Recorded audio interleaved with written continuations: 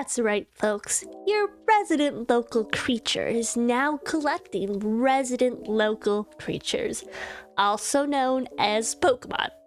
Specifically, Pokemon cards.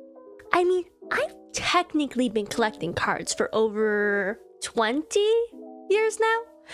You see, as a wee sweet babe, I had a little something called a papa, and this papa funded my Pokemon card obsession, seeing as I was very small and had no money.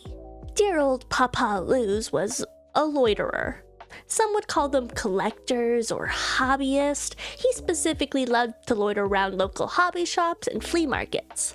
So when me and my blood colleague, sired by the same grown-ups, showed an interest in little pieces of colored cardboard, Papa Luz hatched a nefarious plot. An evil plot where he could have a genuine interest in mine and my colleague's hobbies, and in return, he got taken on car rides and walks. Truly evil.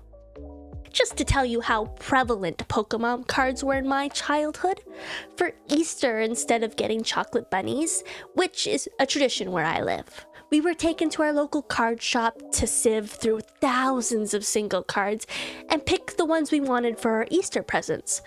Did I at the time pass up Charizards that are probably worth hundreds now for little pink round men? Absolutely, and I would do it again.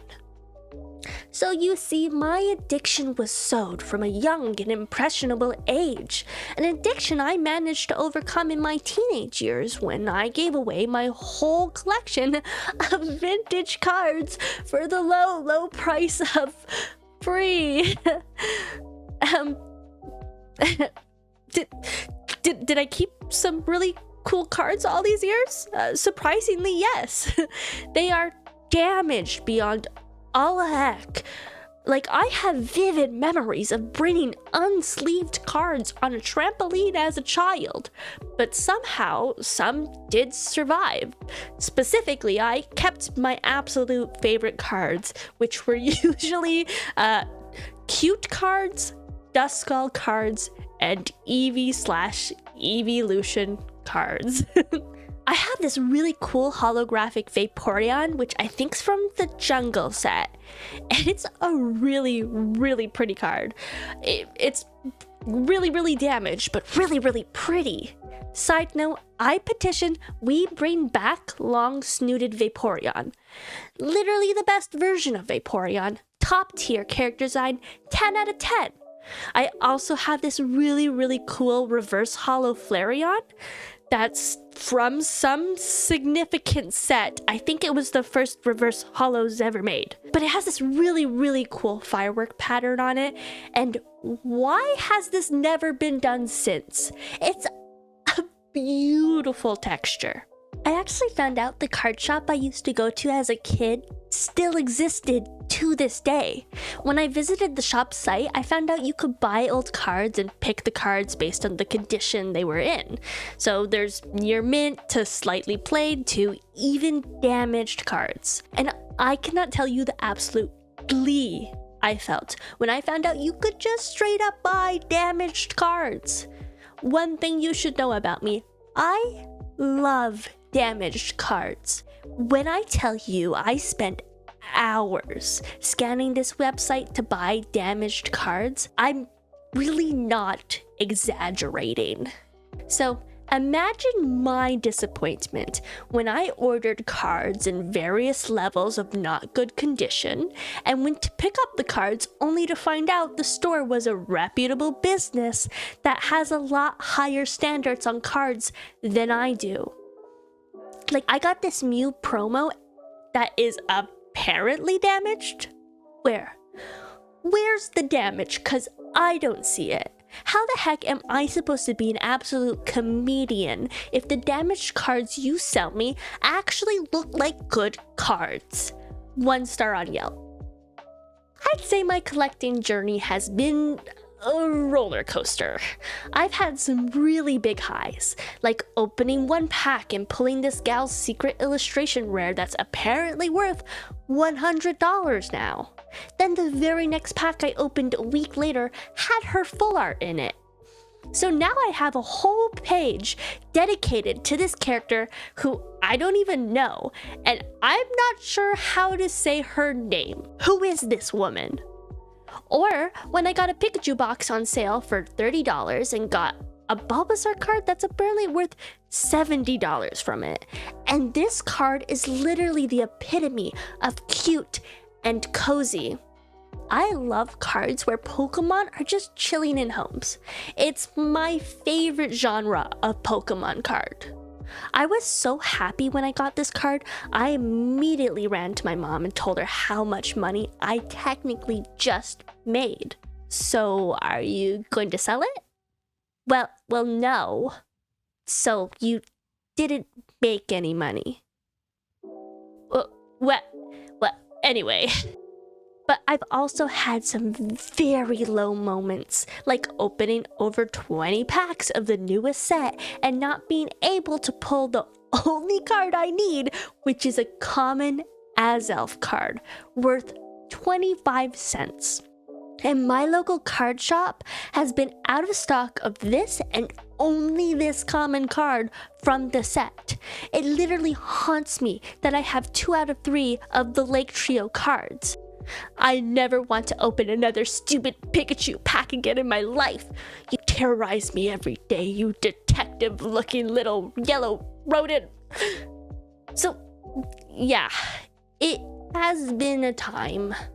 I probably wouldn't have ever even got back into collecting if it wasn't for one specific moment.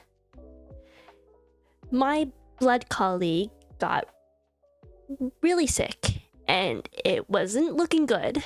So I decided to try and cheer them up, and I bought them a pack. Since we had so many memories of opening them together as kids, I thought maybe even momentarily I could distract them from what was going on.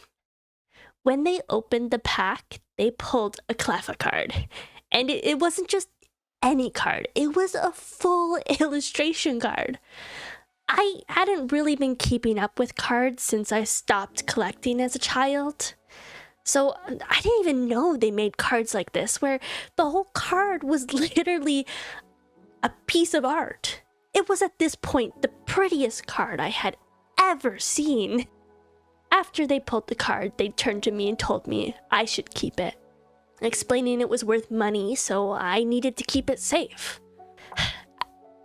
I guess now's a good time to admit that Papa Luz is no longer with us, and he hasn't been for a very long time. My blood colleague getting sick, like our dad did, was terrifying. And I thought in that moment that this might be the last pack that we ever opened together. I knew I would treasure this card for the rest of my life, and it is one of my favorite cards I have and will ever own. By some miracle, my blood colleague got through it. And despite getting this card in a really, really hard time, I look back on it very fondly. I don't exactly know what to tell you, because saying everything always gets better isn't true.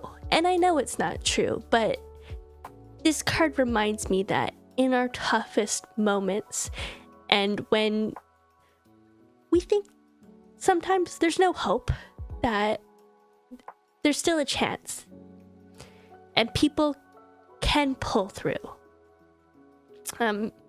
It's funny how I got all of that from one little Cleffa card.